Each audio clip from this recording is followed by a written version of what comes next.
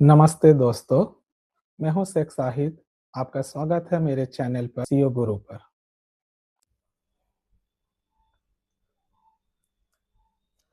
दोस्तों, आज हम सीखेंगे जोह ग्रुप में किस तरह से इनवॉइस बनाया जाता है।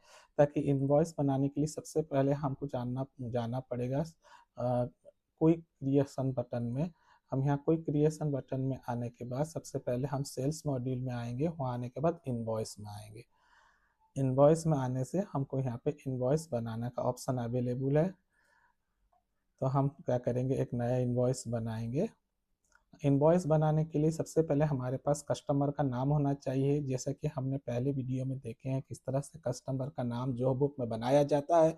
तो आप इसलिए क्या करें, वहाँ से आप प्रैक्टिस ना किए हो, आपको पता ना हो, तो आप वो वीडियो जरूर देखें ताकि आपको पता चले कि जो बुक में किस तरह से कस्टमर क्रिएट किया जाता है।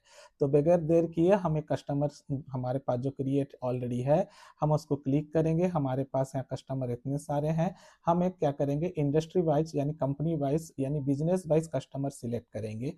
जिस तरह से हम यहाँ ले रहे हैं अल्फा इंडस्ट्रीज। हम उसके बाद यहाँ पे आपके पास इनवॉइस में यहाँ पे दो विकल्प मिलता है, दो ऑप्शन मिलता है, एक बिलिंग एड्रेस, एक शिपिंग एड्रेस। बिलिंग एड्रेस आपको पता होगा जब कस्टमर क्रिएट किया जाता है कि बिलिंग एड्रेस उस वक्त में हम डालते हैं। मगर शिपिंग एड्रेस उसको उस टाइम में डाला जाता है जब किसी आइटम को कहीं डिलीवरी करना होता है स्पेसिफिकली। तो वहाँ पे आपको शिपिंग एड्रेस डालना पड़ता है। करेंटली हम यहाँ क्या करेंगे कि शिपिंग एड्रेस का हमें ज़रूरत नहीं है। हम बगैर शिपिंग एड्रेस के हम इनवॉइस बनाएंगे बिलिंग एड्रेस के बेस पे। हमारे पास ये customer already GST registered customer है। प्लेस ऑफ सप्लाई हमको चुनना पड़ेगा। जहाँ जीएसटी रजिस्टर्ड कस्टमर होते हैं या जिस इनवॉइस जीएसटी रिलेटेड होता है वहाँ प्लेस ऑफ सप्लाई का होना बहुत ज़रूरी है। इसलिए प्लेस ऑफ सप्लाई हमको चुनना पड़ेगा। अब हम प्लेस ऑफ सप्लाई हम क्लिक करेंगे। जो बुक हमें भारत के हर स्टेट को शो करेगा। हमें अपना स्टेट का चुनाव करना है, किस स्टेट में हमें ये सर्विस को डिलीवर करना है। हम अभी ओडिशा का सप्लाई चुनाव करते हैं, प्लेस ऑफ सप्लाई, ताकि हम ओडिशा के अंदर ही बिजनेस कर रहे हैं, इसलिए हम ओडिशा का चुनाव किए। फिर उसके बाद है इनवॉइस का नंबर है। जो book by default invoice number create करता है ऑटोमेटिकली। सो आप जब इनवॉइस नंबर देख रहे हैं ये दूसरा इनवॉइस है। अब हमारे पास कोई परचेज ऑर्डर हो हम उसको चूज कर सकते हैं। हम यहाँ क्या करेंगे, एक परचेज ऑर्डर हम डाल देंगे रेफरेंस के लिए। PO01 हम डाल दिए हैं। आज का तारीख और इनवॉइस ले रहा है। आप चाहें तो यहाँ पे क्लिक करके अपना तारीख का चुनाव भी कर सकते हैं, मगर मैं आज का तारीख लेने चाहता हूँ। अब कस्टमर के पास जब हमने कस्टमर क्रिएट किए थे अल्फा इंडस्ट्रीज, हमने उस टाइम में क्या किए थे, एक टर्म दिए थे कि 15 दिन में इनका ड्यू होगा। जिस पर वजह से इसने क्या किया, ऑटोमेटिक फेच कर लिया 15 डेज ड्यू। आप चाहें तो इसको यहाँ पे क्लिक करके इनवॉइस में ड्यू आप एक्सेप्ट कर सकते हैं या कुछ और भी चुनाव कर सकते हैं। हम उसी चीज को एक्सेप्ट कर रहे हैं, 15 दिन का ड्यू पीरियड। सो उस हिसाब से उसने इनवॉइस का ड्यू डेट जो होता है 1 अप्रैल दिखा रहा है 2026। फिर उसके बाद अकाउंट रिसीवेबल यहाँ पे ऑप्शन है, जो इसने बाय डिफॉल्ट अकाउंट रिसीवेबल ले लिया है क्योंकि हमने कस्टमर को अकाउंट रिसीवेबल के कैटेगरी में रखे थे। हमारे पास जो भी सेल्स पर्सन है जो आइटम में सेल्स किया है, डील कर रहा है, उसका हम यहाँ डाल सकते हैं नाम। पर हमारे पास अभी उसका जरूरत नहीं है। हम यहाँ क्या करेंगे, एक सर्विस रिलेटेड आइटम डिलीवरी करेंगे, उसका इनवॉइस बनाएंगे। हम यहाँ क्या करेंगे, अकाउंटिंग सर्विस डालेंगे। तो हम अकाउंटिंग सर्विस का चुनाव किए तो हमने यहाँ पे सब्जेक्ट वही डाले। फिर यहाँ हम अकाउंटिंग सर्विस का आइटम सिलेक्ट करेंगे।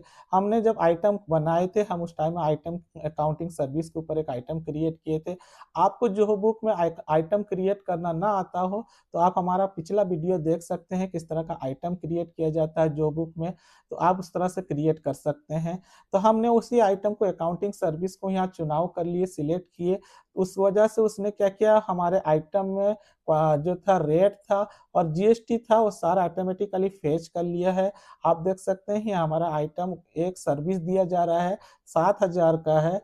और उसके बाद उसने क्या किया, हमने जीएसटी 18% सिलेक्ट किए कि हमारे अपने स्टेट के अंदर ट्रांजेक्शन हो रहा है, इसलिए उसने CGST 9%, SGST 9% ऑटोमेटिकली कैलकुलेट कर लिया है और टोटल अमाउंट यहाँ पे उसका आ गया है। आप कस्टमर के लिए यहाँ कुछ नोट लिख सकते हैं। जो बुक अपने आप से ऑटोमेटिक एक नोट प्रेजेंट करता है जिसमें लिखा है थैंक्स फॉर योर बिजनेस। आप यहाँ कुछ भी लिख सकते हैं अपने तरफ से कस्टमर के लिए। आप यहाँ टर्म्स एंड कंडीशन भी लगा सकते हैं। जबकि हम हमारा टर्म्स ऑलरेडी यहाँ पे ऐड हो चुका है 15 दिन का ड्यू पीरियड, हमें अभी उसका लिखने का जरूरत नहीं। इसके अलावा आपके पास कोई पर्टिकुलर टर्म्स एंड कंडीशन हो तो आप उसको ऐड कर सकते हैं। उसके बाद हम यहाँ क्या करेंगे, आप जब चाहें तो जोहो बुक में पेमेंट सेटअप कर सकते हैं। जोहो बुक में पेमेंट सेटअप करने से आपका इनवॉइस डायरेक्ट पेमेंट हो सकता है।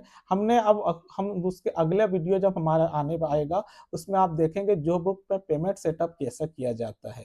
फिर आप उसमें समझ सकें किस तरह का जोहो बुक में पेमेंट क्रिएट कैसे करते हैं। अभी हम क्या करेंगे, इसमें कोई अटैचमेंट हो, जैसा परचेज ऑर्डर हमने ऐड किए हैं। परचेज ऑर्डर यहाँ पे आप देखना, जो ऑर्डर नंबर PO01 आपके पास उसका कॉपी हो तो यहाँ उसको अटैच कर सकते हैं क्लिक करके वो फाइल को, ताकि वो कंप्लीट प्रोसेस हो जाए डॉक्यूमेंटेशन अटैचमेंट के साथ। फिर आप यहाँ चाहे तो सेव एज ड्राफ्ट कर सकते हैं। जब आप सेव एज ड्राफ्ट करेंगे तो इनवॉइस सेव हो जाएगा। इस तरह से हम क्या कर सकते हैं, सेव कर सकते हैं। चाहे आप सेव ऑफ ड्राफ्ट के बजाय अब जब सेव और सेंड करना चाहें तो वहां पे ऑप्शन अवेलेबल था, आप वहां कर सकते थे। इस तरह से इनवॉइस यहाँ पे हो गया, आप देख सकते हैं एक इनवॉइस हमारा जनरेट हो गया है। तो आप इस तरह करके जो बुक में एक इनवॉइस बना सकते। आज का ये विषय आपको कैसे लगा कमेंट करके जरूर बताएं। और जो विषय आपने अभी देखे हैं वीडियो में, जब उसका प्रैक्टिस करने में कोई प्रॉब्लम हो तो कमेंट करके भी बताएं और मैं पर्सनली इसका जवाब देता हूं।